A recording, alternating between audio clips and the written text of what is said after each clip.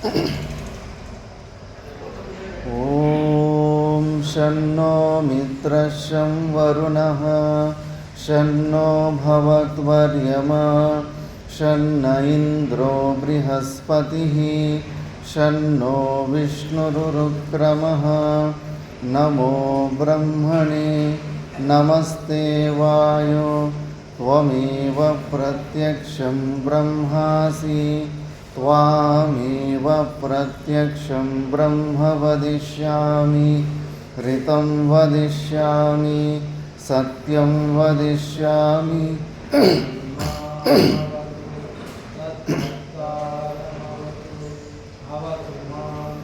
अवतु वक्तारम् ॐ शान्ति शान्ति शान्तिः सहनाववतु सहनौ भुनक्तु सह वीर्यं करवावहै तेजस्विनावधीतमस्तु मा विद्विषावहै ॐ शान्ति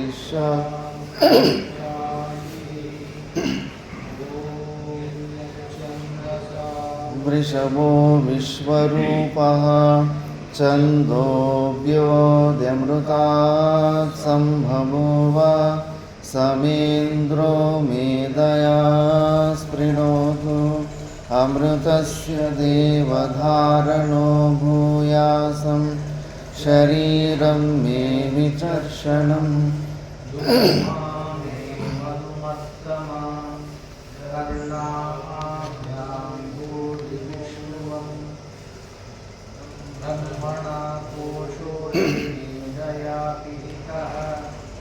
मे गोपाय ॐ शान्ति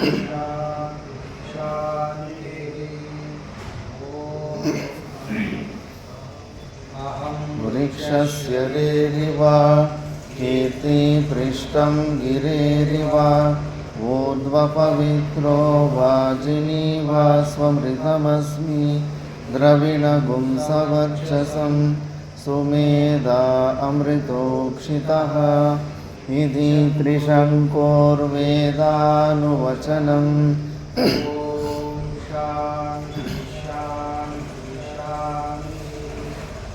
ॐ पूर्णमदः पूर्णमिदं पूर्णात् पूर्णमुदच्यते पूर्णस्य पूर्णमादाय पूर्णमेवावशिष्यते ॐ शान्ति शान्ति शान्तिः तु ममाङ्गानि वाक्प्राणश्चक्षुः श्रोत्रमतो बलमिन्द्रियाणि च सर्वाणि सर्वं ब्रह्मोपनिषदं माहं ब्रह्म निराकुर्यां मा ब्रह्म निराकरणं मे अस्तु तदात्मनि निरतेय उपनिषत्सु धर्मास्ते मयि सन्तु ते मयि सन्तु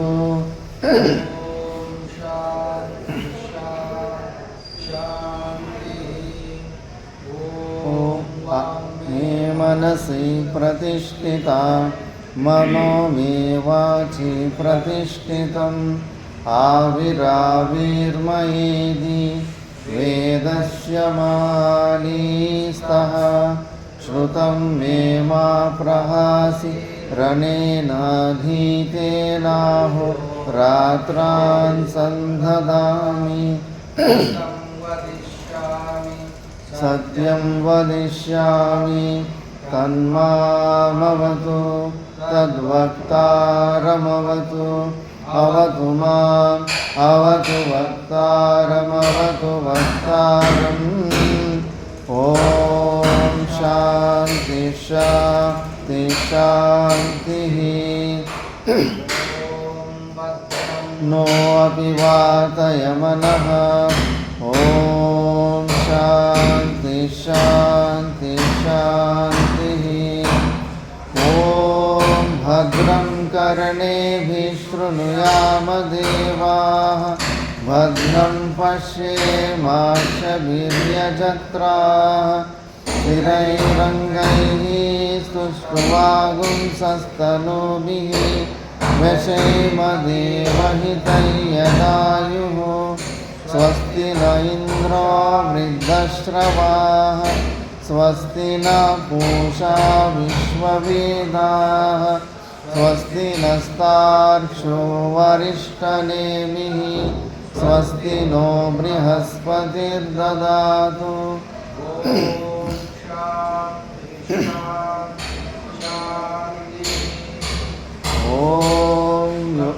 नो यो ब्रह्माणं विदधाति पूर्वं यो वै वेदांश्च प्रणोति तस्मै तं ह देवमात्मबुद्धिप्रकाशं मुमुक्षुर्वै शरणमहं प्रपद्ये। ॐ शान्ति शान्ति शान्तिः। नमो ब्रह्मादिभ्यो ब्रह्मविद्या सम्प्रदायकर्तृभ्यो वंशर्षिभ्यो महद्भ्यो नमो गुरुभ्यः। सर्वोपप्लवरहितः प्रज्ञानगणः प्रत्यगर्तो ब्रह्मैवाहमस्मि ब्रह्मैवाहमस्मि। ॐ शान्ति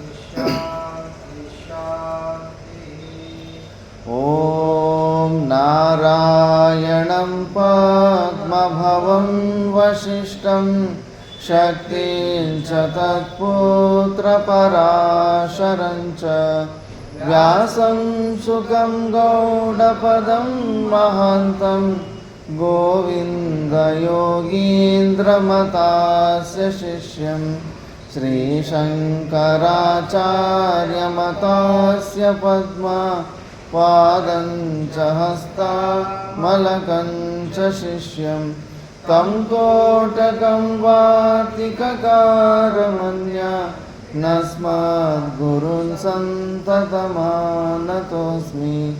ॐ शान्ति शान्ति। ॐ पार्थाय प्रतिबोधितां भगवता नारायणेन स्वयं न घ्रथितां पुराणमुनिना मध्ये महाभारतम् अद्वैतामृतवर्षिणीं भगवतीम् अष्टादशाध्यायिनीम् अम्ब त्वामनुसन्दधामि भगवद्गीते भवद्वेषिणीम्। नमोऽस्तु ते व्यासविशालबुद्धे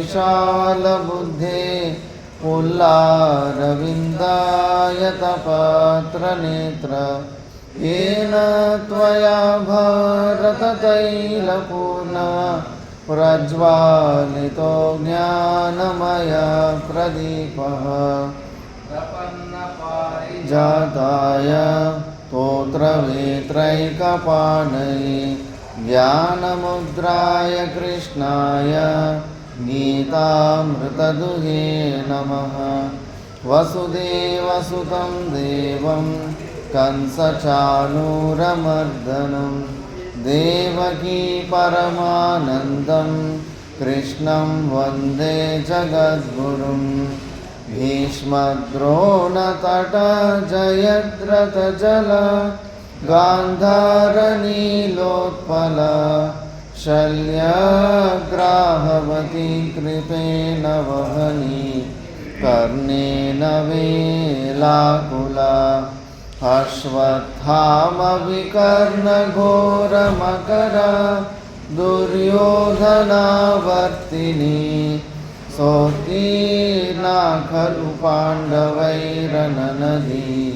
कैवर्तकः केशवः। शर्यवचः सरोजममलं गीतार्थगन्धोद्घटं नानाख्यानककेसरं हरिकथा सम्बोधना बोधितं लोके सज्जनषट्पदैरहरः पेपीयमानं मुदा भूयाद्भारतपङ्कजं कलिमल प्रध्वंसिनः श्रेयसे मूकं करोति वाचालं पङ्गुं लङ्घयते गिरिं यत्कृपातमहं वन्दे परमानन्दमाधवं शान्ताकारं भुजगशयनं पद्मनाभं सुरेशं विश्वाधारं गगनसदृशं मेघवर्णं शुभांगं लक्ष्मीकान्तं कमलनयनं योगिहृद्यानगम्यं वन्दे विष्णुं भवभयहरं सर्वलोकैकनाथं मा वरुणेन्द्ररुद्रमरुतः स्तुन्वन्ति दिव्यैस्तवैः वेदैः साङ्गपदक्रमोपनिषदैः गायन्ति यं सामगाः ध्यानावस्थिततद्गतेन मनसा पश्यन्ति यं योगिनो यस्यान्तं न विदुःसुरासुरगणा देवाय तस्मै नमः देवाय तस्मै नमः। ॐ शान्ति शान्ति शान्तिः। ॐ नारायणः परो व्यक्ता अण्डमव्यक्तसम्भवम् अण्डस्यान्तस्त्विमे लोकाः सप्तद्वीपा च मेदिनी। ॐ शान्ति शान्ति शान्तिः। ನಾವು ಭಗವದ್ಗೀತೆಯ 2ನೇ ಅಧ್ಯಾಯ ಸಾಂಖ್ಯಯೋಗ್ಯದ ಬಗ್ಗೆ ನಾವು ವಿಚಾರ ಮಾಡ್ತಾ ಇದ್ವಿ. ಅದರಲ್ಲಿ 31ನೇ ಶ್ಲೋಕದ ಬಗ್ಗೆ ನಾವು ವಿಚಾರ ಮಾಡಿದ್ವಿ. ಇದರಲ್ಲಿ ಕೃಷ್ಣ ಪರಮಾತ್ಮ ಅರ್ಜುನನಿಗೆ ಆತ್ಮದ ನಿಜವಾದ ಸ್ವರೂಪವನ್ನು ತಿಳಿಸ್ತಾನೆ. ನಿರ್ಗುಣ ನಿರಾಕಾರ ಸ್ವರೂಪ, ಸರ್ವವ್ಯಾಪಕವಾದಂಥ ಆತ್ಮ ಸ್ವರೂಪ ಏನಿದೆ ಅದರ ಬಗ್ಗೆ ಎಲ್ಲ ಡೀಟೇಲ್ಸ್ ಕೊಡ್ತಾನೆ. ಅದನ್ನು ಪಾಂಚಭೌತಿಕವಾದ ವಸ್ತುಗಳು ಏನು ಅದನ್ನು ಟಚ್ಚು ಮಾಡೋಕ್ಕಾಗೋದಿಲ್ಲ. ನೀನು ಭೀಷ್ಮ, ದ್ರೋಣ ಇವರೆಲ್ಲ ಶರೀರಗಳೇ ಅವರು ಸ್ವರೂಪ ಅಂದ್ಕೊಂಡಿದೀಯ. ಶರೀರಗಳು ಅವ್ರ ಸ್ವರೂಪ ಅಲ್ಲ, ಅದು ಪಾಂಚಭೌತಿಕವಾದಂಥ ವಸ್ತು. ಅವ್ರ ನಿಜವಾದ ಸ್ವರೂಪ ನಿರ್ಗುಣ ನಿರಾಕಾರ ಸಚ್ಚಿದಾನಂದ ಸ್ವರೂಪನೇ ಆಗಿರ್ತಾನೆ. ಸರಿ, ಇಷ್ಟೊಂದು ಜ್ಞಾನ ನಿನಗೆ ಅರ್ಥ ಆಗ್ತಾ ಇಲ್ಲ. ಎಲ್ಲರಲ್ಲಿರೋದು ಒಂದೇ ಐಡೆಂಟಿ ಕಾರ್ಡು.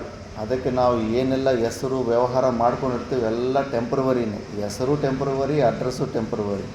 ನಮ್ಮದು ನಿಜವಾದ ಹೆಸರು ಅಡ್ರೆಸ್ಸು ಒಂದೇ, ಸಚ್ಚಿದಾನಂದ ಸ್ವರೂಪ, ಸರ್ವವ್ಯಾಪಕವಾದಂಥ ಸ್ವರೂಪ. ಇದು ಎಲ್ಲರಿಗೂ ಜೀರ್ಣ ಆಗಲ್ಲ. ಬುದ್ಧಿ ಮಾಂದ್ಯ ಇದ್ದಾಗ ಅಂತಕ್ಕನ ಶುದ್ಧಿ ಇಲ್ಲ ಅಂದರೆ ಜೀರ್ಣ ಆಗೋದಿಲ್ಲ. ಸರಿಯಪ್ಪ, ನೀನು ಮನುಷ್ಯರನ್ನು ಜೀವನೇ ಅಂತ ಅನ್ಕೋ. ಜೀವ ಅಂತ ಅಂದ್ಕೊಂಡ್ರೂ ಕೂಡ ನೀನು ಸ್ಥೂಲ ಶರೀರಕ್ಕಿಂತ ಅತಿರಿಕ್ತವಾದ ಸೂಕ್ಷ್ಮ ಶರೀರ ಅಂತ ಆದರೂ ಅನ್ಕೋ.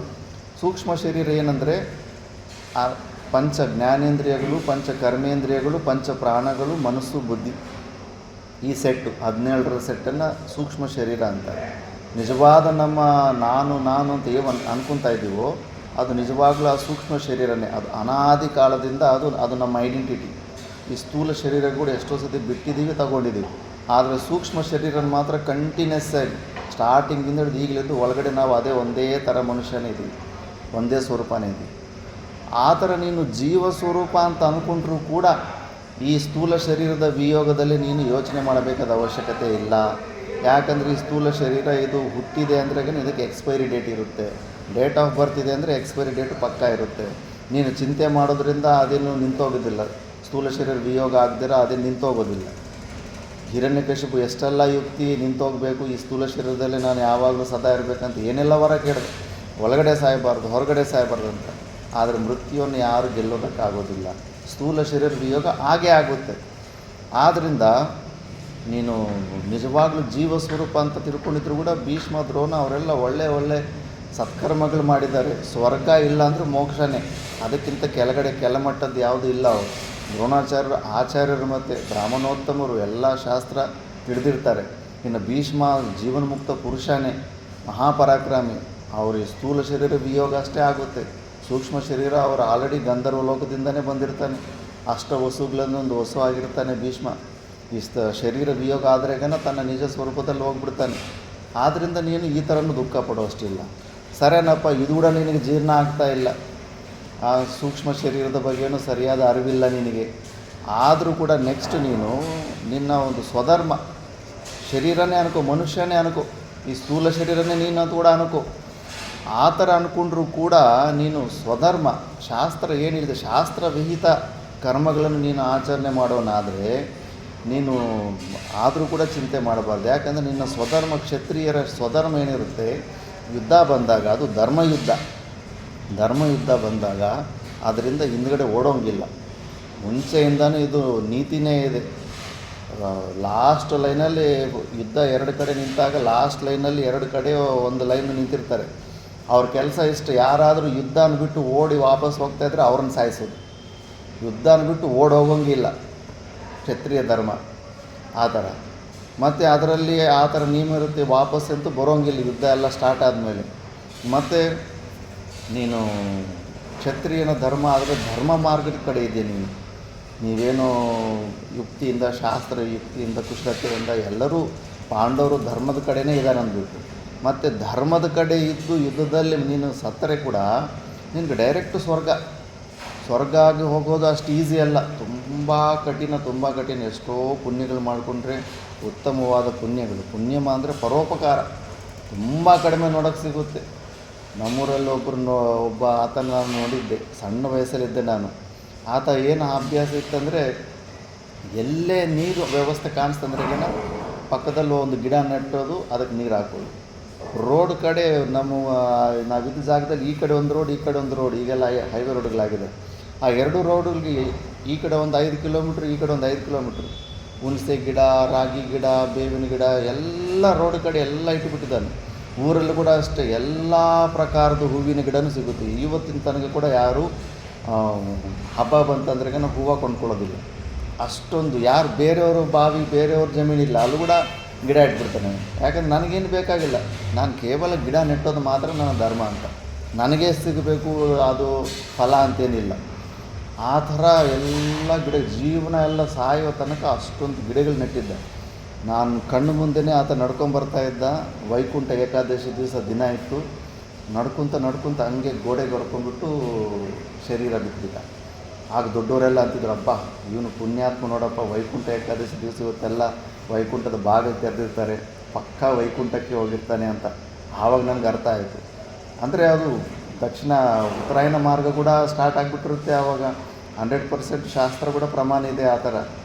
ಆ ಥರ ಅಷ್ಟೊಂದು ಜೀವನದಲ್ಲಿ ಆ ಮಟ್ಟದ ಪರೋಪಕಾರ ಮಾಡಿರುವಂಥವರು ಸ್ವರ್ಗಾದಿ ಲೋಕಗಳು ಅಲ್ಲಿ ಹೋಗ್ತಾರೆ. ಅದು ತುಂಬ ದುರ್ಲಭ. ಸಂಸಾರದಲ್ಲಿ ಬಂದ ಮೇಲೆ ನಮ್ಮ ಮಕ್ಕಳು, ನಮ್ಮ ಮರಿ, ನಮ್ಮವರು, ನನ್ನ ಜೀವನ, ಈ ಸ್ವಾರ್ಥದಲ್ಲಿ ಮುಳುಗೋಗ್ಬಿಟ್ಟಿರ್ತೀವಿ. ಅದರಿಂದ ಒಂದು ಹೆಜ್ಜೆ ಹೊರಗಡೆ ಬರೋದಕ್ಕೆ ಅವಕಾಶನೇ ಇರೋದಿಲ್ಲ, ಸಾಮರ್ಥ್ಯನೂ ಇರೋದಿಲ್ಲ.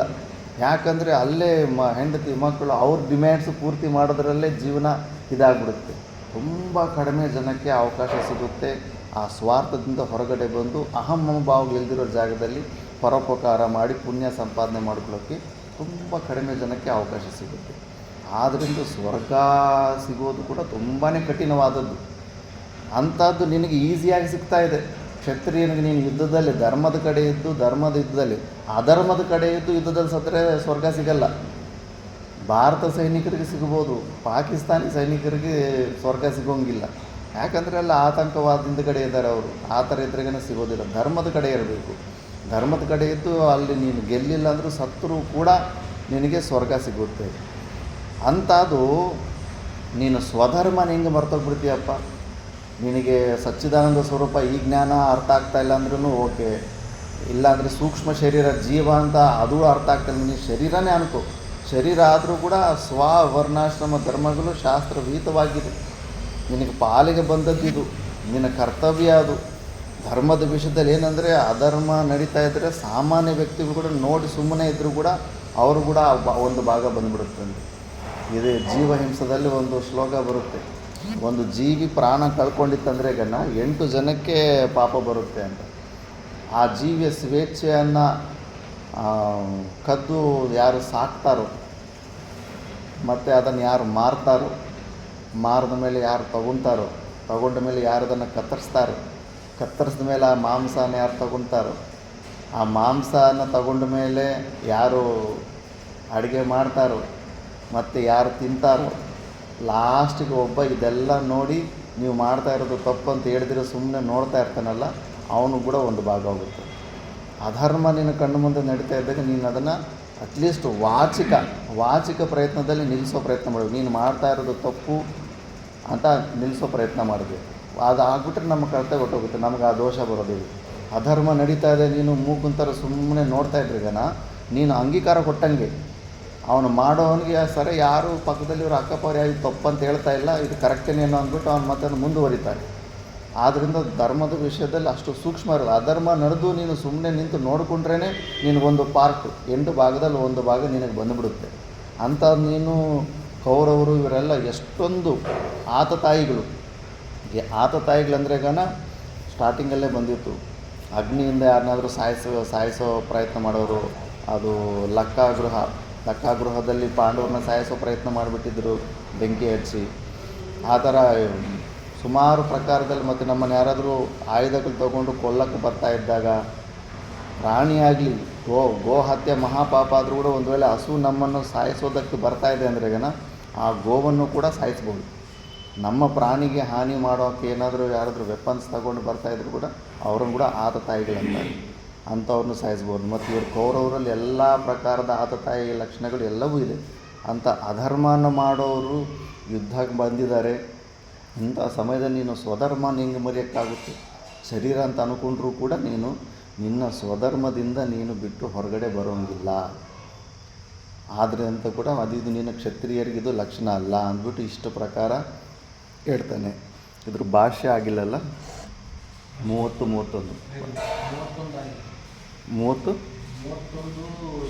ಶ್ಲೋಕ ತನಕ ಆಗಿದೆ. ಭಾಷ್ಯ 30-31 2 ಭಾಷೆ ಆಗಬೇಕು ಅನ್ಸುತ್ತೆ. ಅತ ಇದಾನೀಂ ಪ್ರಕರಣಾರ್ಥಂ ಉಪಸಂಹರನ್ ಬ್ರೂತೆ ದೇಹಿ ಶರೀರಿ ನಿತ್ಯಂ ಸರ್ವದಾ ಸರ್ವಾವಸ್ಥಾಸು ಅವಧ್ಯಃ ನಿರವಯವತ್ವಾತ್ ನಿತ್ಯತ್ವಾಚ್ಚ ತತ್ರ ಅವಧ್ಯಃ ಅಯಂ ದೇಹೇ ಶರೀರೆ ಸರ್ವಸ್ಯ ಸರ್ವಗತತ್ವಾತ್ ಸ್ಥಾವರಾದಿಷು ಸ್ಥಿತಃ ಅಪಿ ಸರ್ವಸ್ಯ ಪ್ರಾಣಿಜಾತಸ್ಯ ದೇಹೇ ವದ್ಯಮಾನೆ ಅಪಿ ಅಯಂ ದೇಹಿ ನ ವದ್ಯಃ ಯಸ್ಮಾತ್ ತಸ್ಮಾತ್ ಭೀಷ್ಮಾದೀನಿ ಸರ್ವಾಣಿ ಭೂತಾನಿ ಉದ್ದಿಶ್ಯ ನತ್ವಂ ಶೋಚಿತುಮರ್ಹಸಿ. ಅದ್ರ ಭಾಷೆ ಆಗೋಗಿದೆಯಲ್ಲ.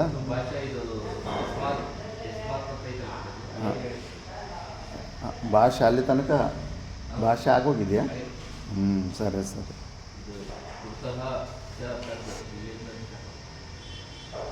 ಭಾಷೆ ಆಗಿಲ್ಲ ಭಾಷೆ ಆಗಿಲ್ಲ. ಹಾಂ, ಹೌದೌದು. ಹಾಂ, ಟಿಕ್ ಮಾರ್ಕ್ ಸ್ಲೋ ಅವು ಉಚ್ಚಾರಣೆ ಆಗಿರ್ಬೋದು ಅಷ್ಟೇ, ಅದು ಎಕ್ಸ್ಪ್ಲನೇಷನ್ ಆಗಿಲ್ಲ. ಸಮಯ ಆಗೋಗಿತ್ತು. ಇನ್ನೊಂದು ಸತಿ ಅದು 31ನೇ ಭಾಷೆ ಹೋಗ್ಬಿಟ್ಟು. ಇಹ ಇಹ ಪರಮಾರ್ಥತ್ವ ಅಪೇಕ್ಷಾಯಾಂ ಶೋಕಃ ಮೋಹಃ ವಾ ನ ಸಂಭವತಿ ಇತಿ ಉಕ್ತಂ ನ ಕೇವಲ ಪರಮಾರ್ಥತತ್ವ ಅಪೇಕ್ಷಾಯಾಂ ಏವ ಕಿಂತು ಸ್ವಧರ್ಮಮಪಿ ಸ್ವಃ ಧರ್ಮಃ ಕ್ಷತ್ರಿಯಸ್ಯ ಯುದ್ಧಂ ತಮ್ ಅಪಿ ಅವೇಕ್ಷ್ಯ ತ್ವಂ ನ ವಿಕಂಪಿತುಂ ಪ್ರಚಲಿತುಂ ನ ಅರ್ಹಸಿ ಸ್ವಾಭಾವಿಕಾತ್ ಧರ್ಮಾತ್ ಆತ್ಮಸ್ವಭಾವ್ಯಾತ್ ಇತಿ ಅಭಿಪ್ರಾಯಃ ತಚ್ಚ ಯುದ್ಧಂ ಪೃಥಿವೀಜಯದ್ವಾರೇಣ ಧರ್ಮಾರ್ಥಂ ಪ್ರಜಾರಕ್ಷಣಾರ್ಥಂಚ ಇತಿ ಧರ್ಮಾತ್ ಅನಪೇತಂ ಪರಂ ಧರ್ಮ್ಯಂ ತಸ್ಮಾತ್ ಧರ್ಮ್ಯಾತ್ ಯುದ್ಧಾತ್ ಶ್ರೇಯಃ ಅನ್ಯತ್ ಕ್ಷತ್ರಿಯಸ್ಯ ನ ವಿದ್ಯತೆ ಹಿ ಯಸ್ಮಾತ್. ಇದು ಹಂಗೆ ಹೇಳ್ಬಿಡ್ತೀನಿ. ಇಹ ಪರಮಾರ್ಥತ್ವ ಅಪೇಕ್ಷಾಯಾಮ್. ಪರಮಾರ್ಥತ್ವ ಅಂದರೆ ನಿಜವಾಗ ಪರಮಾರ್ಥ ಅಂದ್ರೆಗೇನ ಮುಖ್ಯವಾದ ನಮ್ಮ ನಿಜ ಸ್ವರೂಪ ಅಂದರೆ ಸಚ್ಚಿದಾನಂದ ಸ್ವರೂಪ, ಅವ್ಯಕ್ತ, ಆಕಾಶ ಎಲ್ಲ ಕಡೆ ಇದೆಯೋ ಅದೇ ಥರ ನಮ್ಮ ಸ್ವರೂಪ. ಆ ಪರಮಾರ್ಥತ್ವ ಬಗ್ಗೆ ನೀನು ತಿಳ್ಕೊಂಡಿದ್ದೀಯ ಅಂದರೆ ಶೋಕ ಮೋಹ ಬರೋದಕ್ಕೆ ನಿನಗೆ ಸಾಧ್ಯನೇ ಇಲ್ಲ. ಕೇವಲ ನೀನು ಪರಿಚ್ಛಿನ್ನ ಜೀವ ಅಂದ್ಕೊಂಡ್ರೆ ನಿನಗೆ ಸುಖ ದುಃಖಗಳು. ಸರ್ವವ್ಯಾಪಕವಾದ ಸಚ್ಚಿದಾನಂದ ಸ್ವರೂಪ ನೀನೇ ಅಂದರೆ ನಿನಗೆ ಶೋಕ ಮೋಹ ಕ್ವಶನೇ ಇಲ್ಲ, ಬರೋಕ್ಕೆ ಚಾನ್ಸೇ ಇಲ್ಲ. ಆದರೂ ಕೂಡ ಇತ್ಯುಕ್ತ ನಾ ಕೇವಲ ಪರಮಾರ್ಥ ತತ್ವ ಅಪೇಕ್ಷೆ, ಅದು ಬಿಟ್ಟು ನಿನಗೆ ಅದು ಜೀರ್ಣ ಆಗ್ತಾಯಿಲ್ಲ, ಅದು ಅರ್ಥ ಆಗ್ತಾಯಿಲ್ಲ ಅಂದರೂ ಕೂಡ ಕಿಂತು ಸ್ವಧರ್ಮಮಪಿ, ನೀನು ಮನುಷ್ಯ ಅಂದ್ಕೊಂಡು ಸ್ವಧರ್ಮನ ನೀನು ಪಾಲನೆ ಮಾಡಿದ್ರು ಕೂಡ, ಸ್ವಧರ್ಮ ಯಾವುದು? ಅರ್ಜುನಿಗೆ ಕ್ಷತ್ರಿಯಸ್ಯ ಯುದ್ಧಂ. ಇವಾಗ ಯುದ್ಧ ಕರ್ತವ್ಯ ಬಂದಿದೆ, ಅದೇನು ನೀನು ಕೋರಿ ತಂದುಕೊಂಡಿದ್ದಲ್ಲ. ಕೌರವರೇ ನಿಮಗೆ ಅನ್ಯಾಯ ಮಾಡಿದ್ದಾರೆ. ವನವಾಸ ಎಲ್ಲ ಆದಮೇಲೆ ಮತ್ತೆ ರಿಟರ್ನ್ ಕೊಡಬೇಕು ಅಂತ, ಅವ್ರದ್ದೇನಿತ್ತೋ ಅದು ರಿಟರ್ನ್ ಕೊಡಬೇಕಂತ. ಈಗ ಗೇರ್ ಹಾಕ್ಕೊಂಡ್ಬಿಟ್ಟಿದ್ದಾನೆ, ಇಲ್ಲ ಕೊಡೋದಿಲ್ಲ, ತುದಿಯಷ್ಟು ಕೂಡ ನಾನು ಭೂಮಿ ಕೊಡೋದಿಲ್ಲ ಅಂತ ಅಷ್ಟು ದುರ್ಬುದ್ಧಿಗೆ ಬಂದುಬಿಟ್ಟಿದ್ದಾನೆ. ಅಸೂಯೆ ಬೆಳೆಸ್ಕೊಂಡು ಆ ಮಟ್ಟಕ್ಕೆ ಹೋಗ್ಬಿಟ್ಟಿದೆ. ದೊಡ್ಡವ್ರು ಹೇಳಿದ್ರು ಕೂಡ ಕೇಳ್ತಾ ಇಲ್ಲ. ಮತ್ತು ಆದ್ದರಿಂದ ಈಗ ಯುದ್ಧ ಅವರಾಗಿ ಅವರು ರೆಡಿಯಾಗಿದ್ದಾರೆ, ತಾನಾಗಿ ತಾನು ಬಂದಿದೆ. ಅಂಥ ಸಮಯದಲ್ಲಿ ನೀನು ಯುದ್ಧ ನೀನು ಪಾಲಿಗೆ ಬಂದಿದ್ದೆ. ಅಂಥ ಸಮಯದಲ್ಲಿ ನಾ ತ್ವಂ ವಿಕಂಪಿತು ಪ್ರಚಲಿತು, ನೀನು ಇಂಥ ಸಮಯದಲ್ಲಿ ವಿತ್ಡ್ರಾ, ಯುದ್ಧ ಮಾಡ್ದಿರಾ ನೀನು ವಿತ್ಡ್ರಾ ಮಾಡ್ಕೋಬಾರ್ದು. ಯಾಕಂದರೆ ಕ್ಷತ್ರಿಯರಿಗೆ ತಚ್ಚ ಯುದ್ಧಂ ಪೃಥಿವೀ ಜಯದ್ವಾರೇಣ ಧರ್ಮಾರ್ಥಂ ಪ್ರಜಾರಕ್ಷಣಾರ್ಥಂಚ ಇತಿ ಧರ್ಮಾತ್ ಅನಪೇತಂ ಪರಂ ಧರ್ಮ್ಯಂ ತಸ್ಮಾತ್ ಧರ್ಮಾತ್ ಯುದ್ಧಾಶ್ರಯ ಅನ್ಯತ್ ಕ್ಷತ್ರಿಯಸನ ವಿದ್ಯತೆ. ನೀನು ಗೆದ್ದರೆ ಈ ಲೋಕದಲ್ಲೇ ನೀನು ರಾಜ್ಯನ ಅನುಭವ ಮಾಡ್ತೀಯ, ಸತ್ತೋದ್ರೂ ಕೂಡ ಡೈರೆಕ್ಟ್ ಸ್ವರ್ಗಕ್ಕೆ ಹೋಗ್ತೀಯ. ಯಾಕಂದರೆ ನೀನು ಧರ್ಮದ ಪಕ್ಷದ ಕಡೆ ಇದೆಯಾ. ಧರ್ಮದ ಪಕ್ಷದ ಕಡೆ ಇದ್ದಿದ್ದಕ್ಕೆ ನಿನಗೆ ತಪ್ಪದಿರ ಒಂದು ನಿಮಿಷ ಕಾಲಿರಿ.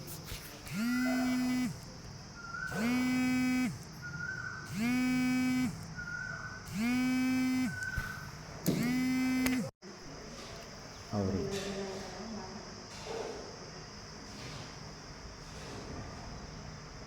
ಎಲ್ಲಿ ಈ ಊರವರಲ್ಲ ಅವರು? ಹೌದಾ? ಸರಿ ಮಾಡಿಬಿಡು, ಬೇರೆ ಊರಿಂದ ಬಂದಿದ್ದಾರೆ.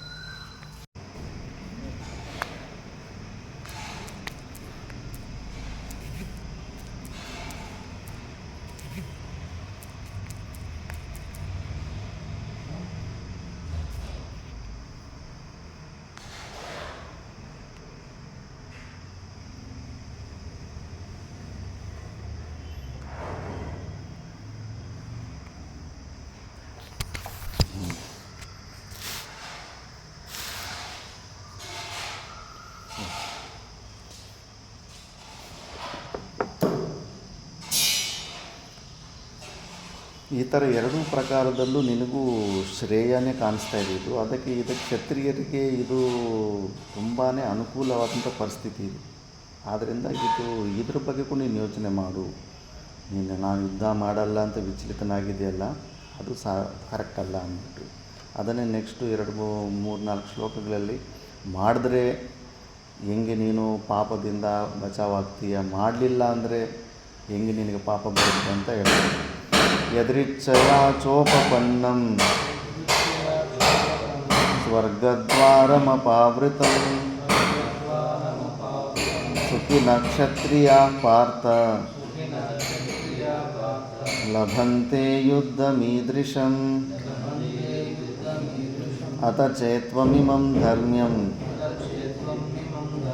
ಸಂಗ್ರಾಮಂ ನ ಕರಿಷ್ಯಸಿ ತತಃ ಸ್ವಧರ್ಮಂ ಕೀರ್ತಿಂ ಚ ಹಿತ್ವಾ ಪಾಪಮವಾಪ್ಸ್ಯಸಿ. ಯದೃಚ್ಛಯಾ ಚೋಪಪನ್ನಂ ಸ್ವರ್ಗದ್ವಾರಮಪಾವೃತಂ ಸುಖಿನಃ ಕ್ಷತ್ರಿಯಾಃ ಪಾರ್ಥ ಲಭಂತೆ ಯುದ್ಧಮೀದೃಶಂ ಅತ ಚೇತ್ವಮಿಮಂ ಧರ್ಮ್ಯಂ ಸಂಗ್ರಾಮಂ ನ ಕರಿಷ್ಯಸಿ ತತಃ ಸ್ವಧರ್ಮಂ ಕೀರ್ತಿಂ ಚ ಹಿತ್ವಾ ಪಾಪಮವಾಪ್ಸ್ಯಸಿ.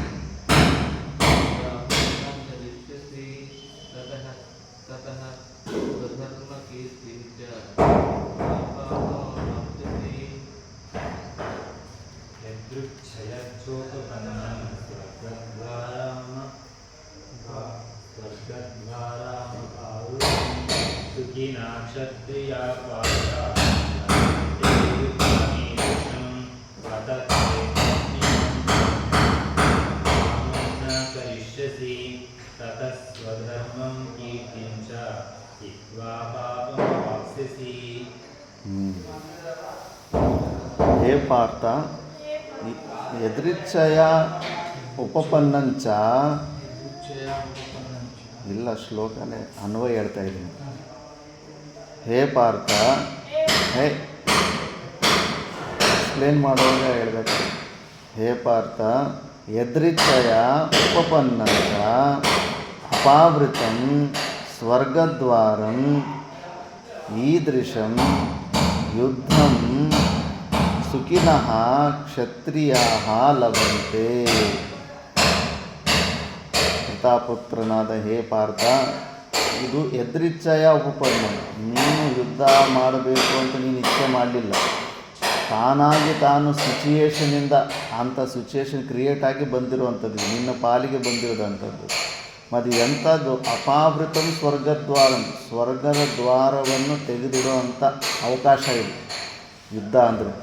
ಅದಕ್ಕೆ ಭಾರತ ದೇಶದಲ್ಲಿ ಆಗಲಿ ಮುಂಚೆ ಕೂಡ ಅಷ್ಟೇ ಸೈನ್ಯದಲ್ಲಿ ಹೈಲಿ ಮೋಟಿವೇಟೆಡ್ ಆರ್ಮಿ, ಮುಖ್ಯವಾಗಿ ಶಿವಾಜಿ ಅಂಥವ್ರದ್ದೆಲ್ಲ ಆರ್ಮಿ ಎಲ್ಲ ಸಿಕ್ಕಾಪಟ್ಟೆ ಮೋಟಿವೇಟೆಡ್ ಆಗ್ತಿದ್ರಂತೆ. ಯಾಕಂದರೆ ಈ ಒಂದು ಕಾನ್ಸೆಪ್ಟ್ ಇತ್ತು ಭಾರತ ದೇಶದಲ್ಲಿ. ಯುದ್ಧ ಅಂದ್ರೆಗಾನ ಯಾವುದೇ ಪ್ರಕಾರದ ಲಾಸ್ ಇಲ್ಲವೇ ಇಲ್ಲ. ತುಂಬ ದುರ್ಲಭ್ಯವಾದಂಥ ಸ್ವರ್ಗನೇ ಸಿಕ್ಬಿಡುತ್ತೆ ಧರ್ಮದ ಪಕ್ಷದಲ್ಲಿದ್ದು ಪ್ರಾಣ ಕಳ್ಕೊಂಡು ಕೂಡ. ಅದಕ್ಕೆ ಹೆದರ್ತಾ ಇರಲಿಲ್ಲ. ಪ್ರಾಣ ಹಾನಿ ಸಲುವಾಗಿ ಸಾವು ಬಗ್ಗೆ ಹೆದರೋದಿಲ್ಲ. ಅದಕ್ಕೆ ಇನ್ನು ಒಳ್ಳೆಯದಾಗಿರ್ಬೋದು, ಶರೀರದ ಕೋವಿದರೇಗನೇ ಇನ್ನೂ ಡೈರೆಕ್ಟಾಗಿ ಸ್ವರ್ಗಕ್ಕೆ ಹೋಗ್ತೀವಿ ಅಂದ್ಬಿಟ್ಟು ಇದು ತಾನಾಗಿ ತಾನೇ ಬಂದಿರುವಂಥ ಅವಕಾಶ, ಒಳ್ಳೆಯ ಅವಕಾಶ ಥರ ನೋಡ್ತಾರೆ ಇದನ್ನು. ಅದಕ್ಕೆ ಈದೃಶಂ ಯುದ್ಧಂ ಸುಖಿನಃ ಕ್ಷತ್ರಿಯಾಃ ಲಭಂತೆ. ಈ ಥರ ಯುದ್ಧ ಎಲ್ಲ ಸತಿ ಸಿಗೋದು ತುಂಬ ಕಠಿಣ. ಮುಂದೊಂದು ಸತಿ ಯುದ್ಧಗಳಾಗ್ತಾ ಇರ್ತವೆ. ವಿಚಾರ ಮಾಡೋಕ್ಕಾಗ್ತಾವಿಲ್ಲ, ನಮ್ಮ ಕಡೆ ಧರ್ಮ ಇದೆಯಾ ಅವ್ರ ಕಡೆ ಧರ್ಮ ಇದೆಯಾ ಅಂತ. ಕೇವಲ ಭಾವನೆ ಮಾಡ್ಕೊತ ಇರ್ತಾರೆ, ನಾನು ಧರ್ಮದ ಕಡೆ ಇದ್ದೀನಿ, ನಾನು ಧರ್ಮದ ಕಡೆ ಇದ್ದೀನಿ ಅಂತ. ನಿಶ್ಚಯ ಮಾಡೋಕ್ಕೆ ಕಠಿಣ ಆಗಿರುತ್ತೆ ಎರಡೂ ಲೆವೆಲ್ಲಾಗಿದ್ದಾಗ. ಅಂಥ ಸಮಯದಲ್ಲಿ ಯುದ್ಧ ಆಗಿ ಯಾರಾದರೂ ಹತ್ಯೆ ಆಗುತ್ತಂದರೆ ಮನಸ್ಸು ಅಂಗೀಕಾರ ಮಾಡೋದಿಲ್ಲ. ಒಂದು ವೇಳೆ ಅದು ನಾವು ತಪ್ಪು ಕಡೆ ಇದ್ದು ಅವ್ರು ಸತ್ತೋಗ್ಬಿಟ್ರೆ ಮತ್ತೆ ಪಾಪ ಬರುತ್ತಲ್ಲ, ತಪ್ಪಿಸ್ಕೊಳೋದಕ್ಕಾಗೋದಿಲ್ವಲ್ಲ ಅಂತ ಎಷ್ಟೋ ಮೈಂಡಿಗೆ ಬಂದುಬಿಟ್ಟು ಅವರು ಮತ್ತೆ ಅದು ಎಂಥ ಯುದ್ಧದಲ್ಲಿ ಕಾನ್ಫಿಡೆನ್ಸ್ ಇಲ್ದಿರೇ ಸುಮಾರು ಜನ ಹಂಗೆ ಪ್ರಾಣ ಕಳ್ಕೊಂಡ್ಬಿಡ್ತಾರೆ. ಮುಖ್ಯವಾಗಿ ವರ್ಲ್ಡ್ ವಾರ್ 2ನಲ್ಲಿ ಜರ್ಮನ್ ಸೋಲ್ಜರ್ಸ್ ಸುಮಾರು ಜನ ಕ್ರೂರಿಗಳಿದ್ದರು. ಎಷ್ಟು ಕ್ರೂರಿ ಆದರೂ ಕೂಡ ಅವರು ಕಣ್ಣೆದುರುಗಡೆ ನೋಡ್ತಾ ಇದ್ರಲ್ಲ, ಅವ್ರದ್ದೇ ಆದಂಥ ಸೇನೆ ಮಾಡ್ತಾ ಇರೋವಂಥ ದುಷ್ಕರ್ಮಗಳನ್ನು ನೋಡಿ ಅವರು ಸೈನ್ಯದಲ್ಲಿರೋ ಅಂಥವರು ಡಿಮೋಟಿವೇಟ್ ಆಗಿಬಿಟ್ಟಿದ್ರು. ಮುಖ್ಯವಾಗಿ ಇಲ್ಲ ಅಂದರೆ ಟೆಕ್ನಾಲಜಿನಲ್ಲಿ ಜರ್ಮನ್ದೇ ಆವಾಗ ಭಯಂಕರವಾಗಿ ಅಡ್ವಾಂಟೇಜ್ ಆಗಿತ್ತು. ಒಂದು ವೇಳೆ ಅವರು ಸೈನಿಕರು ಫುಲ್ಲು ಮೋಟಿವೇಟ್ ಆಗಿ ನಾವು ಧರ್ಮದ ಕಡೆ ಧರ್ಮ ಯುದ್ಧ ಮಾಡ್ತಾಯಿದ್ದೀವಿ ಅಂತ ಕಾನ್ಫಿಡೆನ್ಸ್ ಬಂದಿದ್ದಿದ್ರೆ ಅದಕ್ಕೆ ಅವರು ಯಹೂದಿಗಳನ್ನು ಗ್ಯಾಸ್ ಚೇಂಬರಲ್ಲಿ ಸುಟ್ಟಕ್ಕೂ ಮುಂಚೆ ಆವಾಗೆಲ್ಲ ಯುದ್ಧಗಳು ಫುಲ್ಲಾಗಿ ಜೋಶಾಗಿ ಎಲ್ಲ ಗೆದ್ದಿರ್ತಾರೆ. ಇಡೀ ಯುರೋಪನ್ನೇ ಕಬ್ಜೆ ಮಾಡಿರ್ತಾರೆ, ಫ್ರಾನ್ಸ್ ಸಮೇತ ಕಬ್ಜೆ ಮಾಡಿರ್ತಾರೆ. ಯಾಕಂದರೆ ಅಲ್ಲಿ ತನಕ ಅವ್ರಿಗೆ ಅದು ಧರ್ಮ ಯುದ್ಧ ಅನಿಸ್ತಾ ಇತ್ತು. ಯಾವಾಗ ಆ ಯಹೂದಿಗಳನ್ನೆಲ್ಲ ಸಾಯಿಸ್ಬಿಟ್ಟು ಸ್ವಲ್ಪ ನ್ಯೂಸ್ ಪೇಪರ್ ಅಲ್ಲಿ ಇಲ್ಲಿ ಇಂಟರ್ನ್ಯಾಷನಲ್ ಕಡೆ ಎಲ್ಲ ಕಡೆ ದುಷ್ಟರು ಪಾಪಿಗಳು ಅಂತ ಎಲ್ಲ ಹೇಳ್ಕೊತಾ ಇದ್ದಾಗ ಅವ್ರಿಗೂ ಯೋಚನೆ ಮಾಡ್ತಾರೆ ಸ್ವಂತ ಬುದ್ಧಿಯಿಂದ, ಹೌದಲ್ಲ ಇಷ್ಟೊಂದು ಹಿಂಸೆ ಮಾಡಲೇಬಾರ್ದಲ್ಲ, ಶಾಸ್ತ್ರ ಹೇಳುತ್ತೆ. ಶಾಸ್ತ್ರದಲ್ಲೂ ಕೂಡ ಅಷ್ಟೇ ಅತ್ಯಂತ ಕಠಿಣವಾದ ಶಿಕ್ಷೆ ಕೊಡಬಾರ್ದಂತೆ ಇರುತ್ತೆ ಶಾಸ್ತ್ರದಲ್ಲಿ. ಆದ್ದರಿಂದ ಡಿಮೋಟಿವೇಟ್ ಆಗಿಬಿಡ್ತಾರೆ. ಡಿಮೋಟಿವೇಟ್ ಆಗಿಬಿಟ್ರೆ ಶಕ್ತಿ ಸಾಮರ್ಥ್ಯಗಳಿದ್ದರೂ ಕೂಡ ಆ ಸೈನಿಕ ಸರಿಯಾಗಿ ಯುದ್ಧ ಮಾಡೋದಕ್ಕಾಗೋದಿಲ್ಲ. ಭಾರತ ದೇಶದಲ್ಲಿ ಯಾವುದೇ ಯುದ್ಧ ಮಾಡಿದರೆ ಇಲ್ಲಿ ತನಕ ಕೂಡ ಸೈನ್ಯದಲ್ಲೂ ಅಷ್ಟೇ ಅವರು ತುಂಬ ಚೆನ್ನಾಗಿ ಯಾವತ್ತೂ ಧರ್ಮದ ಕಡೆನೇ ಇದ್ದೀವಿ ನಾವು. ಆ ಧರ್ಮದ ಕಡೆ ಇದ್ದಾಗ ಫುಲ್ಲಿ ಹೈಲಿ ಮೋಟಿವೇಟ್ ಆಗಿಬಿಡುತ್ತೆ. ಎಂಥ ಘಟನೆಗಳು ನಡ್ತಿದೆ. ಒಬ್ಬೊಬ್ಬ ಸೈನಿಕ 19 ಬುಲೆಟ್ ಶರೀರ ಮೇಲೆ ಒಳಗಡೆ ಬಿದ್ದ ಮೇಲೆ ಕೂಡ ಮೇಲೆ ಹತ್ತೋಗಿ 2 ಬಂಕರ್ ಒಳಗಡೆ ಇರೋ ಸೈನಿಕರನ್ನು ಸಾಯಿಸಿ ಬಂದಿದ್ದಾರೆ. ಇನ್ನೊಬ್ಬನಿಗೆ ಬ್ಲಾಸ್ಟ್ ಆಗಿ ಕಟ್ಟಾಗಿ ಒಂದು ಕೈ ಕಟ್ ಹಾಕಿಬಿಟ್ಟು ಇನ್ನು ಹಿಂದ್ಗಡೆ ಇರೋ ಸೋಲ್ಜರ್ ಕೈಗೆ ಸಿಗುತ್ತಂತೆ. ಕೈಗೆ ಸಿಕ್ಕಿಬಿಟ್ಟು ಟೈಮ್ ವೇಸ್ಟು ಅಂತ ಅದೇ ಸಮಯಕ್ಕೆ ಯಾರು ಇನ್ನೊಬ್ಬ ಕೇಳಿದ್ರಿಗೆ ನಿನ್ನ ಕೈಲಿರೋ ನನ್ನ ಕೈಯಲ್ಲಿದೆ ನೋಡಂತ. ನನ್ನ ಕೈ ಮುರಿದೋದ್ರೂ ಕೂಡ ಅವರಿಗೆ ಚಿಂತೆ ಇರೋದಿಲ್ಲ, ಅಷ್ಟೊಂದು ಮೋಟಿವೇಟ್ ಆಗಿ ಕೆಲಸ ಮಾಡ್ತಾರೆ. ಆದ್ದರಿಂದ ಇವಾಗ ಅರ್ಜುನನಿಗೆ ಇಲ್ಲಿ ತಾನಾಗಿ ತಾನು ಧರ್ಮದ ಪಕ್ಷದ ಕಡೆ ಇದ್ದಾನೆ, ಈತನೇನು ಕೋರ್ಕೊಳ್ಳಿಲ್ಲ. ಕೌರವರು ಮಾಡಿದ ತಪ್ಪು ಕೆಲಸಗಳೇ ಸಿಚುವೇಶನ್ದಾಗ ಬಂದಿದ್ದು. ಮತ್ತು ಇಂಥ ಒಳ್ಳೆಯ ಅವಕಾಶನ ಯಾರು ಮಿಸ್ ಮಾಡ್ಕೋಬಾರ್ದು. ಯಾವುದೇ ಕ್ಷತ್ರಿಯಗಳಿಗೆ ಇದಕ್ಕಿಂತ ಬೆಸ್ಟ್ ಅವಕಾಶ ಇನ್ನೊಂದಿಲ್ಲ ಅಂತ. ಸರಿ, ಅದು ಬಿಡು. ಒಂದು ವೇಳೆ ನೀನು ಯುದ್ಧ ಮಾಡಲಿಲ್ಲ ಅಂದರೆ ಎಷ್ಟೆಲ್ಲ ಡೇಂಜರ್ ಬರುತ್ತೆ ಅಂತ ಹೇಳ್ತಾನೆ. ಅತ ಚ ಇತ್ವಂ ಇಮಂ ಧರ್ಮ್ಯಂ ಸಂಗ್ರಾಮಂ ನಾ ಕರಿಷ್ಯಸಿ. ಒಂದು ವೇಳೆ ನೀನು ಇಂಥ ಯುದ್ಧನ ನೀನು ಮಾಡಲಿಲ್ಲ ಅಂದರೆ ತತಃ ಸ್ವಧರ್ಮಂ ಚ ಕೀರ್ತಿಂ ಹಿತ್ವ ಪಾಪಮವಾಪ್ಸಿಸಿ. ಸ್ವಧರ್ಮವನ್ನು ಪಾಲನೆ ಮಾಡದೇ ಇರೋಂಥ ಪಾಪ ಒಂದು ಬರುತ್ತೆ, ಮತ್ತು ಕೀರ್ತಿ ಹಾಳಾಗುತ್ತೆ, ಮತ್ತು ಇಷ್ಟೆಲ್ಲ ದೊಡ್ಡ ಹಾನಿ ಆಗುತ್ತೆ. ಇದಕ್ಕಿಂತ ಮುಖ್ಯವಾಗಿ ನೆಕ್ಸ್ಟ್ ಶ್ಲೋಕದಲ್ಲಿ ಇನ್ನೂ ಹೇಳ್ತಾನೆ. ಇದು ಭಾಷೆ ಓದ್ಬಿಡೋಣ. ಯದೃಚ್ಛಯ ಕುತಶ್ಚ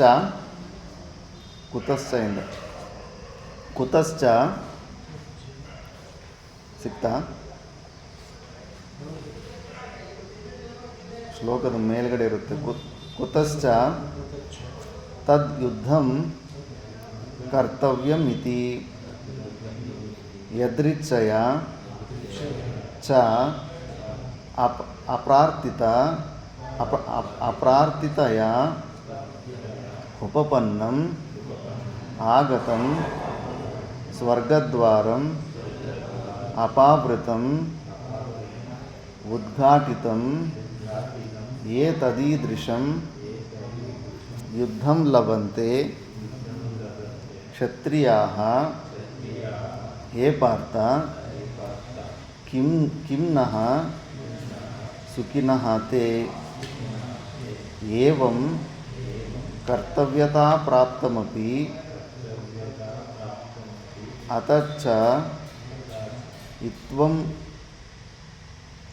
ಅತಚ್ಚ ಇತ್ವಂ ಇಮಂ ಧರ್ಮ್ಯಂ ಧರ್ಮಾದ್ ಅನಪೇತಂ ಸಂಗ್ರಾಮಂ ಯುದ್ಧಂ ನ ಕರಿಷ್ಯಸಿ ಚೇತ್ ತತಃ ತದ್ ಅಕರಣಾತ್ ಸ್ವಧರ್ಮಂ ಕೀರ್ತಿಂಚ ಮಹಾದೇವಾದಿ ಸಮಾಗಮಾದಿ ನಿಮಿತ್ತಾಂ ಹಿತ್ವಾ ಕೇವಲಂ ಪಾಪಂ ಅವಾಪ್ಸ್ಯಸಿ.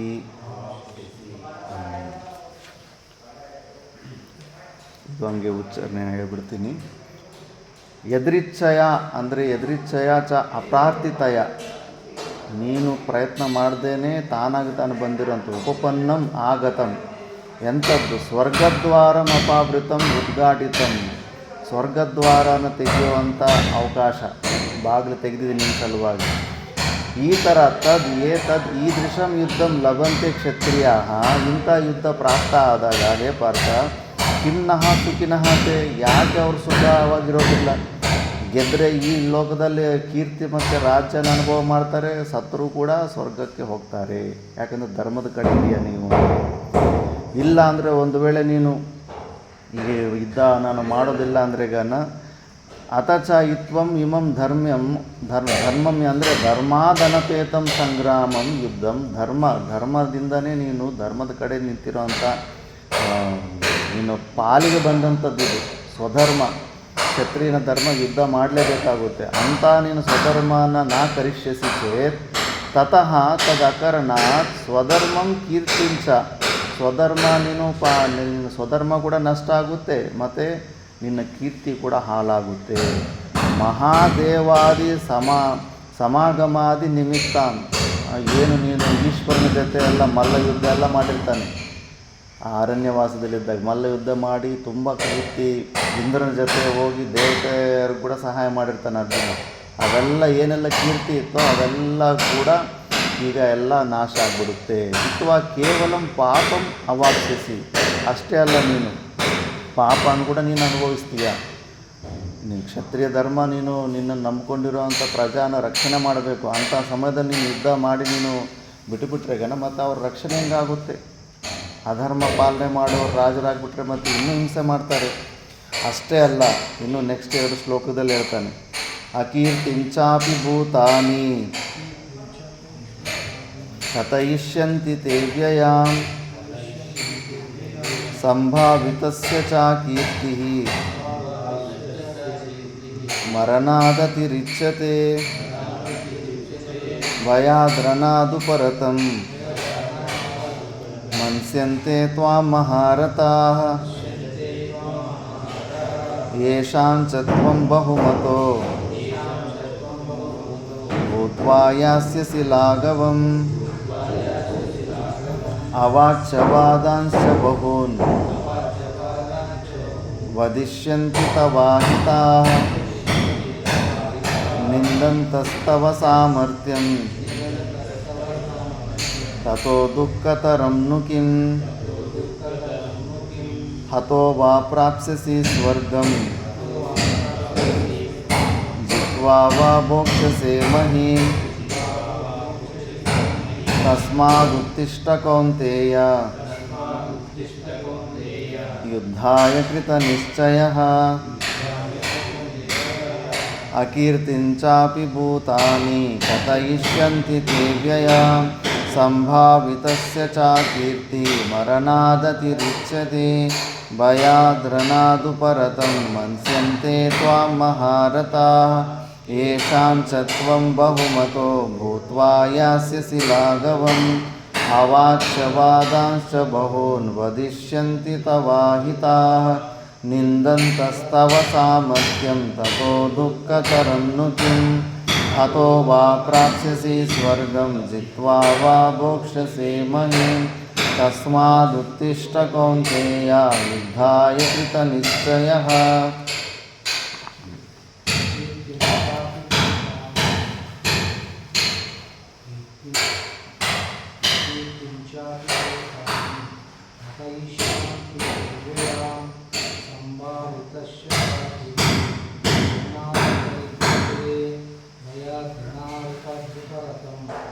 ವದಿಷ್ಯಂತೆ ತ್ವಂ ಮಹಾರಥಃ ಮನ್ಸ್ಯಂತೆ, ಮಶ್ ಮಸ್ ಅಲ್ಲ ಮನ್ಸ್ಯಂತೆ, ಮೇಲ್ಗಡೆ ಬಿಂದು ಇರಬೇಕು.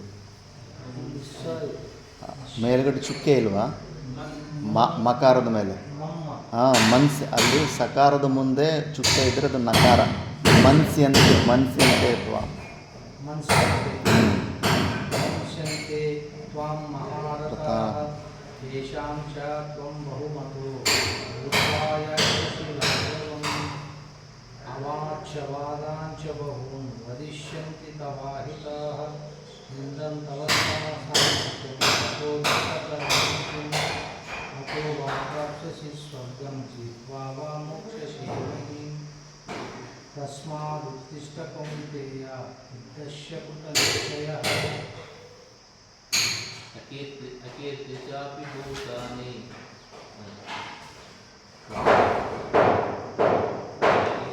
ಕಥಯಿಷ್ಯಂತಿ ತೇ ವ್ಯಯಾಂ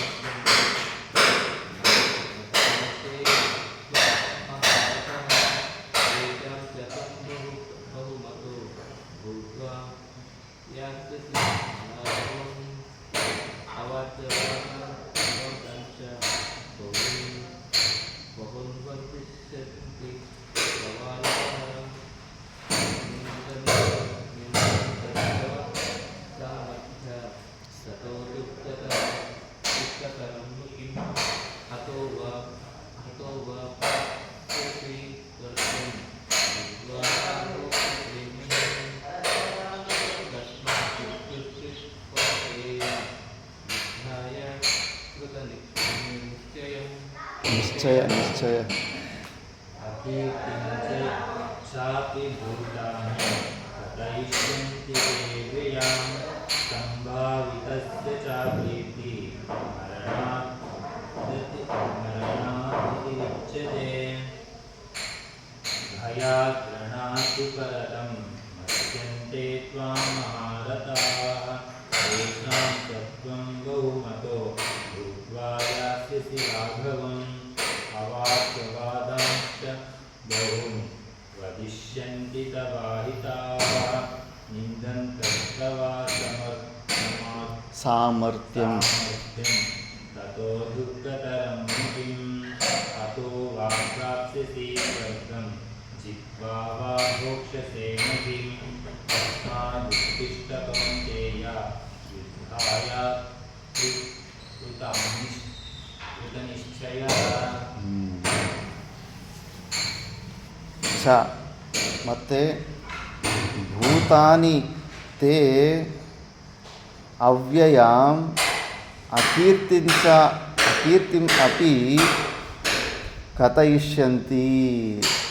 ನೀನು ಒಳ್ಳೆ ಬುದ್ಧಿಯಿಂದನೇ ನೀನು ಬಿಟ್ಟು ಯುದ್ಧ ಮಾಡಬಾರ್ದು, ಅವ್ರಿಗೆ ಹಿಂಸೆ ಆಗುತ್ತೆ ಅಂತ ಬಿಟ್ಟಿರ್ಬೋದು. ಆದರೆ ಜನ ಮಾತ್ರ ನೀನು ಹೆದರ್ಪುಕ್ಲ ಥರ ನೀನು ಯುದ್ಧನ ಬಿಟ್ಟು ಹೋಗಿದ್ಯಾ ಅಂತ ಮತ್ತೆ ಚುಚ್ಚೋ ಮಾತಾಡ್ತಾರೆ. ಯಾರು ರೆಸ್ಪೆಕ್ಟ್ ಕೊಡೋದಿಲ್ಲ.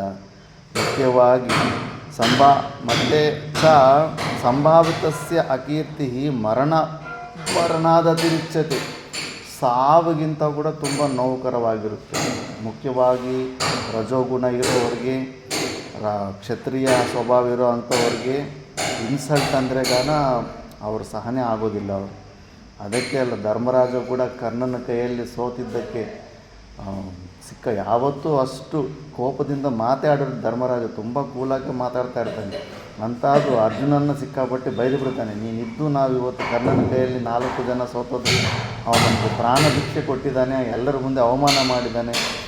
ಅದಕ್ಕಿಂತ ಒಳ್ಳೆಯದು ನಾವು ಸತ್ತೋಗ್ಬಿಟ್ಟಿದ್ರೆ ಚೆನ್ನಾಗಿರ್ತಾ ಇತ್ತು ಅಂತ. ಸಾವಿಗಿಂತ ಕೂಡ ಅವಮಾನವನ್ನು ಅನುಭವ ಮಾಡೋದು ತುಂಬ ಕಷ್ಟ ಆಗಿರುತ್ತೆ ರಜೋಗುಣ ಇರೋರಿಗೆ. ಅವೆಲ್ಲ ಪರಮಾತ್ಮ ಹೇಳ್ತಾ ಇದ್ದಾನೆ. ಈಗ ನಿನಗೆ ಅನಿಸ್ತಾ ಇದೆ ನಾನು ಯುದ್ಧ ಮಾಡಿದ್ರೆ ಪಾಪ ಅವರೆಲ್ಲ ಸತ್ತೋಗ್ಬಿಡ್ತಾರೆ ಅಂತ, ಅಯ್ಯೋ ಪಾಪ ಅಂದ್ಕೊಂಡು ಯುದ್ಧ ಬಿಡ್ತೇವೆ ನೀನು ಅಂದ್ಕೊತೀಯ. ನಾಳೆ ನೀನು ಹೆದರ್ಕೊಂಡು ಯುದ್ಧ ಬಿಟ್ಟಿದೀಯ ಅಂತ ಅವ್ರು ಅಂದ್ಕೊಂಡು ಮತ್ತೆ ದಾರಿಲಿ ಹೋದಾಗೆಲ್ಲ ಅಂತ ಚುಚ್ಚೋ ಮಾತು ಅಂತ ಇರ್ತಾರೆ. ಆವಾಗ ನಿನ್ನ ಕೈಯಲ್ಲಿ ನಿಂತು ತಡೆಯೋಕ್ಕಾಗೋದಿಲ್ಲ. ಅದು ನಿಜ ಕೂಡ. ಮತ್ತು ಸ್ವಂತ ಅನ್ನನೇ ಸಾಯಿಸೋದಕ್ಕೆ ರೆಡಿ ಆಗಿಬಿಡ್ತಾನೆ ಅವಮಾನ ಮಾಡಿದ್ದಲ್ಲಿ. ಅಷ್ಟು ಈಗೋ ಪ್ರಾಬ್ಲಮ್ ಆಗಿರುತ್ತೆ ಋಷಿಗಳಿಗೆ. ಮತ್ತು ಇವೆಲ್ಲ ತೋರಿಸ್ತಾ ಇದ್ದಾನೆ, ನೀನು ಒಂದು ವೇಳೆ ಯುದ್ಧ ಮಾಡಲಿಲ್ಲ ಅಂದರೆ ಏನೆಲ್ಲ ಆಗುತ್ತೆ ನೋಡು ನಿನಗೆ ಅಂದ್ಬಿಟ್ಟಿದ್ದನು. ಮತ್ತು ಏನಂತ ಜನರಲ್ಲೇ ಅನ್ಕೊತಾರೆ, ಚ ಯೇಷಾಂ ತ್ವಂ ಬಹುಮತಃ ಭೂತ್ವಾ ಲಾಘವಂ ಯಾಸ್ಯಸಿ. ತುಂಬ ನಿನ್ನನ್ನು ಮತ್ತೆ ಹೇಡಿ ಅನ್ನೋ ಲೈಟಾಗಿ ತೊಗೊಂಡ್ಬಿಡ್ತಾರೆ. ಮತ್ತು ಏನಂತಾರೆ, ಭಯಾತ್ರನಾಥ್ ಉಪರತಂ ಮನ್ಸ್ಯಂತೆ. ಭಯದಿಂದ ಯುದ್ಧ ಭೂಮಿಯನ್ನು ಬಿಟ್ಟು ಓಡೋಗಿದ್ದಾನೆ ಅಂತ. ಅಷ್ಟ್ಯಾಕೆ ಅದಲ್ಲ ಅರ್ಜುನ, ನಮ್ಮನೇನು ಸುಮ್ಮನೆ ಬಿಡ್ತಾರೆ ಸಾಧಕರನ್ನ. ಮನೆಯಲ್ಲಿ ಸಂಸಾರ ಮಾಡೋಕ್ಕಾಗದೆ ಇಲ್ಲಿ ಬಿಟ್ಟು ಬಂದವನು ನೋಡು ಅಂತ ಅನ್ನೋದೇ ಇಲ್ವಾ, ಅಂತಾರ ಇಲ್ವಾ? ನಮಗೆ ಕೂಡ ಅದೇ ಇಲ್ಲ. ಅಲ್ಲಿ ಮುಮುಕ್ಷು ಅರ್ಜುನ ಸ್ಥಾನದಲ್ಲಿ ನಾವು ಮುಮುಕ್ಷುಗಳನ್ನ ಇಟ್ಕೋಬೇಕು. ಎಷ್ಟೊಂದೆಲ್ಲ ಮಾತಂತಾರೆ. ಅಲ್ಲಿ ಬದುಕೋದಕ್ಕೆ ಯೋಗ್ಯತೆ ಇಲ್ದಿರ ಇಲ್ಲಿ ಬಂದುಬಿಟ್ಟಿದ್ದಾರೆ, ಸುಮ್ಮನೆ ಪರಾನ್ನ ತಿನ್ಕೊಂಡು ಜೀವನ ಮಾಡ್ತಾಯಿರ್ತಾರೆ, ಎಷ್ಟೊಂದೆಲ್ಲ ಮಾತಂತ ಇರ್ತಾರೆ. ಆವಾಗ ನಿನ್ನಲ್ಲಿ ಏನಾದರೂ ರಜೋಗುಣ ತಮೋಗುಣ ಅವೆಲ್ಲ ಇತ್ತಂದ್ರೆ ನಿನಗೆ ತಡೆಯೋಕ್ಕಾಗಲ್ಲ ಆ ಮಾತು. ನಿನ್ನಲ್ಲಿ ಸತ್ವಗುಣ ಇತ್ತಾ ಅವರಂದರೂ ಕೂಡ ಅದನ್ನು ತಿತಿಕ್ಷೆ ಮಾಡಿ ಆ ಮಾತುಗಳಿಗೆ ನೀನು ಡಿಸ್ಟರ್ಬ್ ಆಗದಿರೋ ಇರ್ತೀಯ. ಒಂದು ವೇಳೆ ಇಲ್ಲ, ನೀನು ಬಿಟ್ಟು ಬಂದಿರೋ ಮಾರ್ಗ ಸರಿಯಾಗಿ ಸತ್ವಗುಣ ಪ್ರಧಾನ ಇಲ್ದಿರ ವೈರಾಗ್ಯ ಇಲ್ದಿರ ಬಿಟ್ಟು ಬಂದಿದ್ದೀಯ ಅಂದ್ರೆ ಮತ್ತೆ ಯಾರೋ ಒಬ್ಬರು ಆಶ್ರಮಕ್ಕೆ ಎಲ್ಲೋದ್ರೂ ಕೂಡ ಪರಾಧೀನತೆ ಈ ಥರ ಚುಚ್ಚೋ ಮಾತುಗಳು ಅಂತ ಇರ್ತಾರೆ.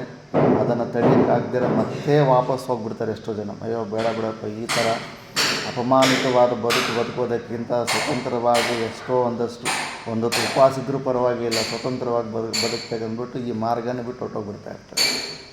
ಯಾಕಂದರೆ ಸ್ವಭಾವ ಡೀಲ್ ಮಾಡೇ ಇಲ್ಲ, ನೀನು ಯೋಗ್ಯತೆ ಇರೋದ್ರಿಂದ ಅದನ್ನು ಬಿಟ್ಟು ಬಂದುಬಿಟ್ಟಿದ್ದೀವಿ. ಏನು ಸ್ವಧರ್ಮದಿಂದ ನಮ್ಮ ವರ್ಣಾಶ್ರಮದಿಂದ ಬಂದಿತ್ತು, ಅಲ್ಲೇನೋ ಸ್ವಲ್ಪ ಹೆಚ್ಚು ಕಡಿಮೆ ಆಯಿತು, ಅಷ್ಟಕ್ಕೆ ವೈರಾಗ್ಯ ಇದ್ದರೆ ಬಿಟ್ಟು ಬಂದುಬಿಟ್ಟಿರ್ತೀವಿ. ಇಲ್ಲೂ ಕೂಡ ಆ ಥರನೇ ಮತ್ತೆ ಅಂತ ಇರ್ತಾರೆ. ಆವಾಗ ಗೊತ್ತಾಗ್ಬಿಡುತ್ತೆ ಅದು ಚುಚ್ತಾ ಇದೆ ಅಂದ್ರೆ ಇನ್ನೂ ಅದು ಡೀಲ್ ಮಾಡಿಲ್ಲ, ವಿಚಾರ ಮಾಡಿ ನಾವು ಮನೆ ಬಿಟ್ಟು ಬಂದಿಲ್ಲ ಅಂತ ಅರ್ಥ. ಇಲ್ಲ ಅನ್ನೋ ಮಾತುಗಳೆಲ್ಲ ಸಹನೆ ಮಾಡಿಕೊಂಡು ಅನ್ನೋರು ಅಂದ್ಕೊಳ್ಳಿ ನನ್ನ ಪಾರ್ಟ್ ಮುಗಿದಿದೆ, ನನಗೆ ಆ ಕೆಪ್ಯಾಸಿಟಿ ಇತ್ತು, ಸಮಾಜದಲ್ಲಿ ಬದುಕಿ ನನ್ನ ಜೀವನನ ನಡೆಸ್ಕೊಳ್ಳುವಂಥ ಕೆಪ್ಯಾಸಿಟಿ ಪೊಟೆನ್ಸಿ ಇದ್ದು ಕೂಡ, ಆ ಸಾಮರ್ಥ್ಯ ಇದ್ದು ಕೂಡ ನಾನೇ ಸ್ವಯಂ ಆಗಿ ಅದನ್ನು ರಿಲೀವ್ ಮಾಡಿ ಈ ಕಡೆ ಬಂದಿದ್ದೀನಿ ಅನ್ನೋ ಕಾನ್ಫಿಡೆನ್ಸ್ ನಮ್ಮಲ್ಲಿದ್ದರೆ ಇನ್ನೊಬ್ಬರು ಅನ್ನೋ ಮಾತಿಗೆ ನಾವು ರಿಯಾಕ್ಟ್ ಆಗೋದಿಲ್ಲ. ಇಲ್ಲ ಅಂದರೆ ಇವೆಲ್ಲ ಪ್ರಾಬ್ಲಮ್ಸ್ ಬರ್ತವೆ. ಸಾಧಕರ ಜೀವನದಲ್ಲೂ ಕೂಡ ಇದೆಲ್ಲ ಪ್ರಾಬ್ಲಮ್ಸ್ ಬರ್ತವೆ. ಎಷ್ಟೋ ಜನ ಸ್ವತಂತ್ರ ಕುಟಿಯಗಳು ಈ ಒಂದು ಉದ್ದೇಶದಿಂದನೇ ಮಾಡ್ಕೊತಾ ಇರ್ತಾರೆ. ಎಲ್ಲಿ ಕಡಿಮೆ ಪರಾಧೀನತೆ ಸಿಗುತ್ತೋ ಅಲ್ಲಿ ಸೆಟ್ಲ್ ಆಗಬೇಕಂತ ನೋಡ್ತಾ ಇರ್ತಾರೆ. ಯಾಕಂದರೆ ಇವೆಲ್ಲ ಪ್ರಾಬ್ಲಮ್ಸ್ ಬರ್ತಾ ಇರ್ತವೆ. ಒಬ್ಬರ ಕೈಯಲ್ಲಿ ಯಾಕಪ್ಪ ಅನಿಸ್ಕೋಬೇಕು ಅನ್ನೋ ಥರ ಇವೆಲ್ಲ ಯಾವುದಕ್ಕೆ ಹೇಳ್ತಾ ಇದ್ದೀನಿ ಅರ್ಜುನ, ಈಗೇನೋ ನಿನ್ಗೆ ಅನಿಸ್ತಾ ಇದೆ ಯುದ್ಧ ಮಾಡಬಾರ್ದು ಹಂಗೆ ಅಂತ. ಮತ್ತೆ ಆದರೂ ಆಫ್ಟರ್ ಎಫೆಕ್ಟ್ಸ್ ಬಗ್ಗೆ ಸ್ವಲ್ಪ ವಿಚಾರ ಮಾಡು. ಇದೇ ಥರ ನಮಗೂ ಗೃಹಸ್ಥಾಶ್ರಮ ಬಿಟ್ಟು ಈ ಕಡೆ ಬಂದಾಗಲೂ ಕೂಡ ಇಷ್ಟೊಂದೆಲ್ಲ ವಿಚಾರ ಮುಂಚೆನೇ ಆಗಿರಬೇಕು. ನಾನು ಕೂಡ ಅಷ್ಟೇ ಸಿನಿಮಾಗಳು ಸೀರಿಯಲ್ಗಳು ನೋಡ್ಬಿಟ್ಟು ಆಶ್ರಮಗಳಂದರೆ ಏನೋ ಹೆಂಗೋ ಇರ್ತಾವೆ ಅಂತ ಒಂದು ಕಲ್ಪನೆ ಇತ್ತು. ಮತ್ತು ಇಲ್ಲಿ ಬಂದ ಮೇಲೆ ರಿಯಾಲಿಟಿ ಡಿಫ್ರೆಂಟಾಗೇ ಇರುತ್ತೆ. ಇವೆಲ್ಲ ಇನ್ಫಾರ್ಮೇಷನ್ ಈ ವಿಚಾರ ಎಲ್ಲ ಹೆಚ್ಚು ಮಾಡೇ ಇರಲಿಲ್ಲ. ಇವೆಲ್ಲ ಮಾಡಿ ಮತ್ತೆ ಮುಂದೆ ಹೋಗ್ಬೇಕು. ನೀನು ಆ ಕಡೆ ಹೋಗಬೇಕಾ ಈ ಕಡೆ ಹೋಗಬೇಕಾ ಅಂದ್ಬಿಟ್ಟು ಮತ್ತು ನೀನು ಏನೇ ಮಾಡು, ನೀನು ಯುದ್ಧದಿಂದ ವಿಮುಖನಾಗಿರೋದನ್ನು ನೀನು ಅಲ್ಲಿ ಬದುಕಕ್ಕಾಗ್ದಿರೇ ಈ ಕಡೆ ಬಂದಿದ್ದೀಯ ಅಂತ ಇಲ್ಲಿ ಅಂತಾರೆ. ಅರ್ಜುನ ಕೂಡ ಅಷ್ಟೇ, ನೀನು ಹೆದರ್ಕೊಂಡೇ ನೀನು ಆ ಯುದ್ಧನ ನಮ್ಮನ್ನು ನೀನು ಆ ಸಂಸಾರನ ನೀನು ಹೆದರ್ಕೊಂಡೇ ಅಲ್ಲಿಂದ ಇನ್ನೂ ಅದೇನು ನೀನು ಸೋಂಬೇರಿ, ನಿನ್ನ ಕಷ್ಟಪಡೋಕ್ಕೆ ಇಷ್ಟ ಹೇಳ್ತಿರಗ ಈ ಕಡೆ ತಪ್ಪಿಸ್ಕೊಂಡು ಬಂದಿದ್ದೆ ಅಂತ ನಮ್ಮನ್ನು ಅಂತಾರೆ. ಅರ್ಜುನನು ನೀನಿಲ್ಲ ಯುದ್ಧನ ನೀನು ಹೆದರ್ಕೊಂಡು ನೀನು ಬಿಟ್ಟು ಹೋಗಿದೆ ಅಂದ್ಬಿಟ್ಟು ಮತ್ತೆ ಹೆಜ್ಜೆಗೆ ಎಲ್ಲರೂ ಅವಮಾನ ಮಾಡೋದು ಎಲ್ಲ ಮಾಡ್ತಾರೆ.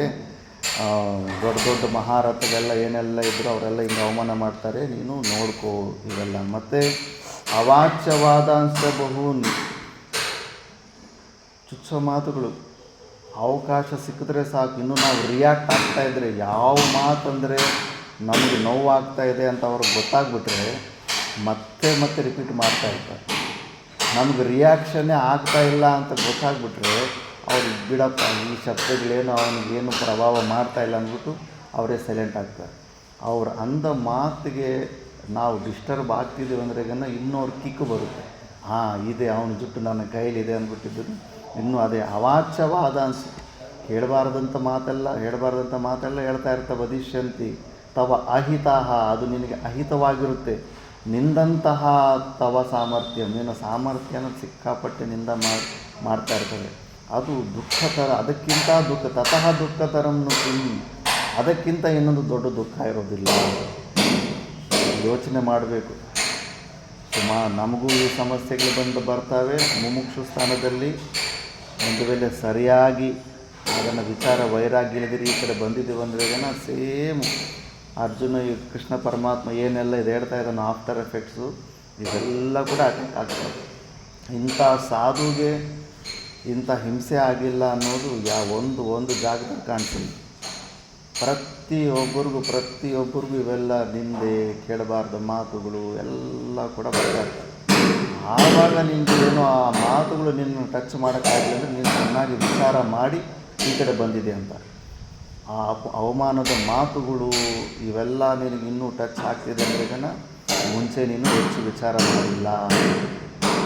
ಸ್ವಾಭಿಮಾನದ ಹೆಸರಲ್ಲಿ ಅಹಂಕಾರ ಇನ್ನೂ ಹಂಗೆ ಜಾಗೃತವಾಗಿದೆ ಅಂದ್ಬಿಟ್ಟು.